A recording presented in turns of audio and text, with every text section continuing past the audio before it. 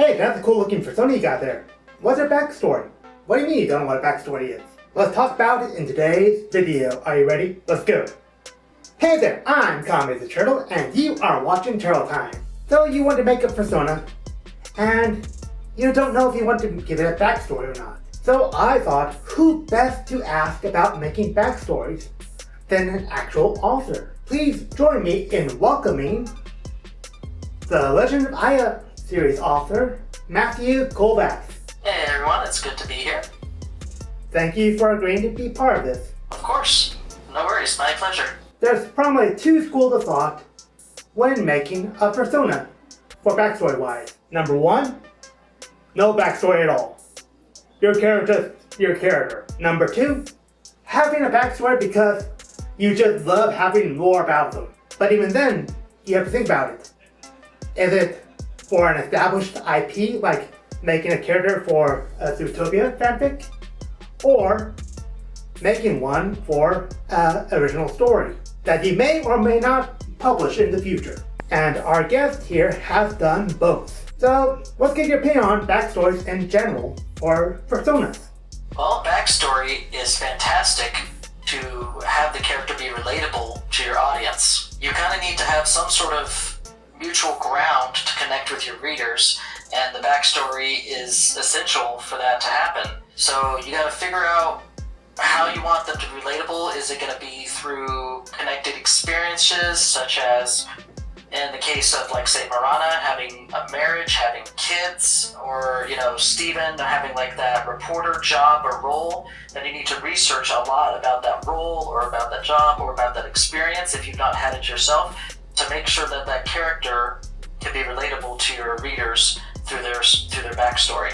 Fascinating. And personally, I go with the no backstory route. My character is just me, and I might tell you the story of how I made my character in the future. Oh wait, I already did that. That video will be linked in the comments below.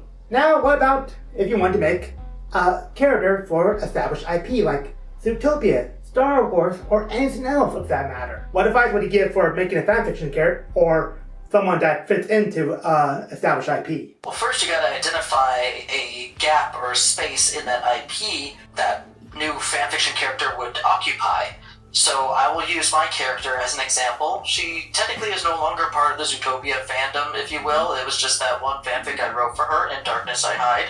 But Marana Wolford, I looked at the canon of Zootopia, and I saw that they didn't have any sort of vigilante space occupied there, and what would someone like Nick do against a vigilante? What would someone like Judy do against a vigilante? Where they take the law into their own hands when the law alone is not enough to enact justice. That would obviously fly in the face of Judy. Judy would definitely be against someone like Marana and would try and stop her at every turn, because that's not the way you're supposed to deliver justice. You have to do it the right way. You have to follow the rules.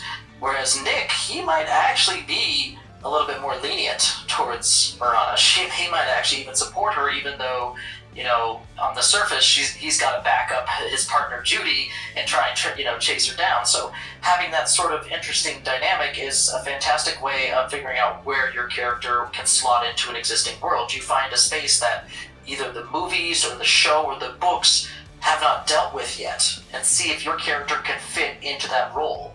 And then that opens up a whole new possibilities, which honestly writes itself. The conflict writes itself if you are able to slot your character in perfectly. This also can be applied if you never even write a story and just want to have a canon lore for your Zootopia or whatever character, and you just want to just go around cosplaying them, because you know how you should interact with these established characters. That is correct, yeah. That's actually a good tactic right there. You can RP with yourself or with others if they want to choose to be like Judy or Nick in an RP setting, but you can act out certain scenes and kind of feel out who this character is by acting it out. Like, what would your character say or do in these various situations that you put them in? And that can form the basis for the story you will create. Whether you just want to be part of wider fandom or just a one-off insert. These are some great tips for you to consider. But what if you want to make a whole new species, event, or even world in general. Then you'd be breaking all kinds of ground. So what advice would you give for someone who wants to make their own IP as a character standpoint only? I would say start with the character first. A lot of people world build. A lot of people build magic systems and political systems and economic systems and stuff like that, and guilds, and deities and gods and stuff, and then having to put in characters and make a plot in this world, they're usually at an impasse because this is like, well, there's nothing that would honestly fit because I've made the world first and I'm trying to mold the characters to the world. Whereas if you make the characters first, the world builds off of them. So, for example, I will use my main character, Taylor.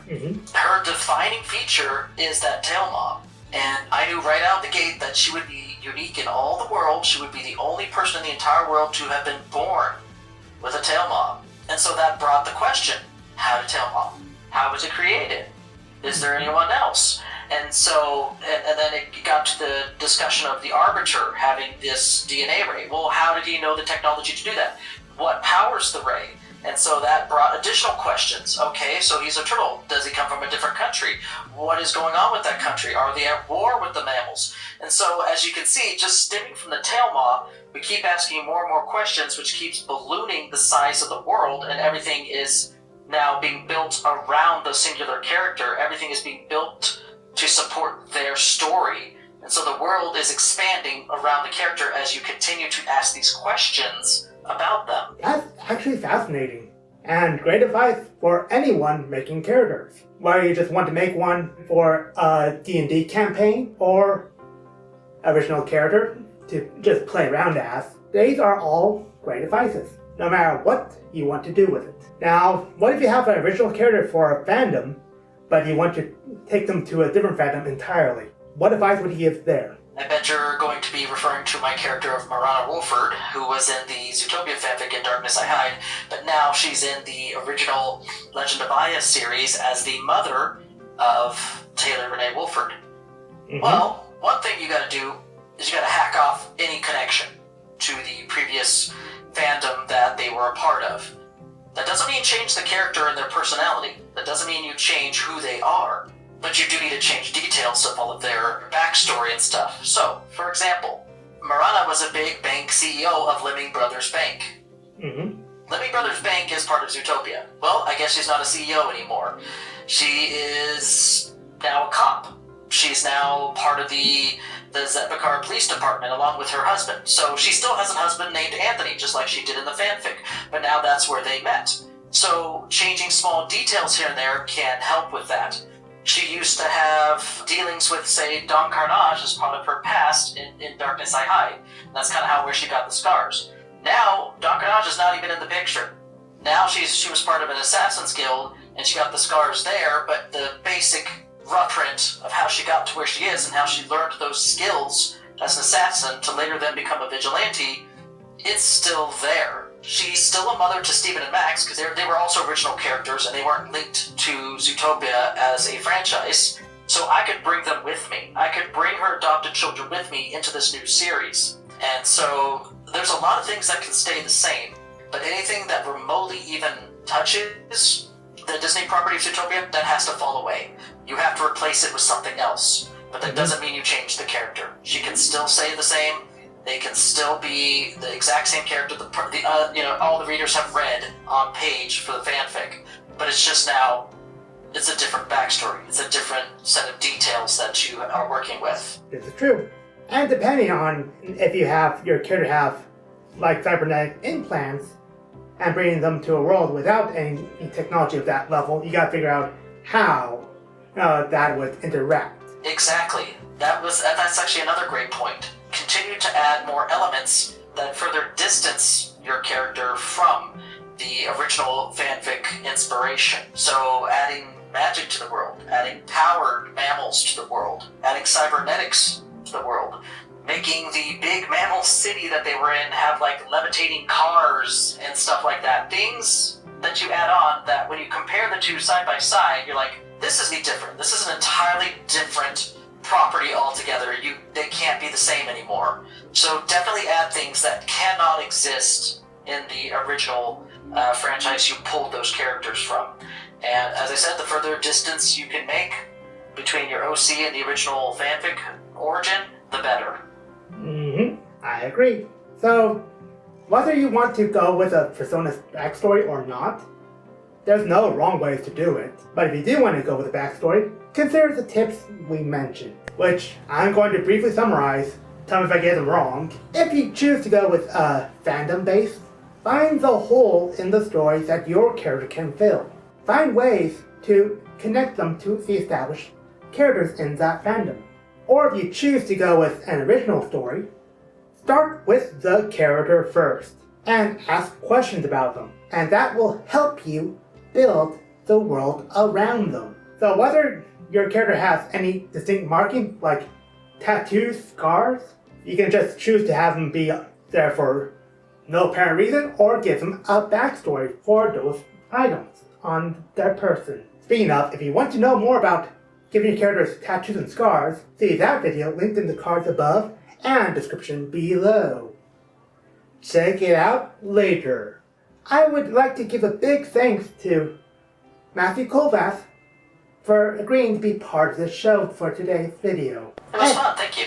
You can find a link to the full playlist with interviews and reviews for the Legend of Fire series linked in the description below. I highly recommend you check it out. And if you liked what you saw and want more, subscribe to the channel if you haven't already. Hit the bell for notifications when my next video airs. Leave a like, maybe a comment, share with friends, family, other furry friends you might know. And we hope to see you all next time. Johnny!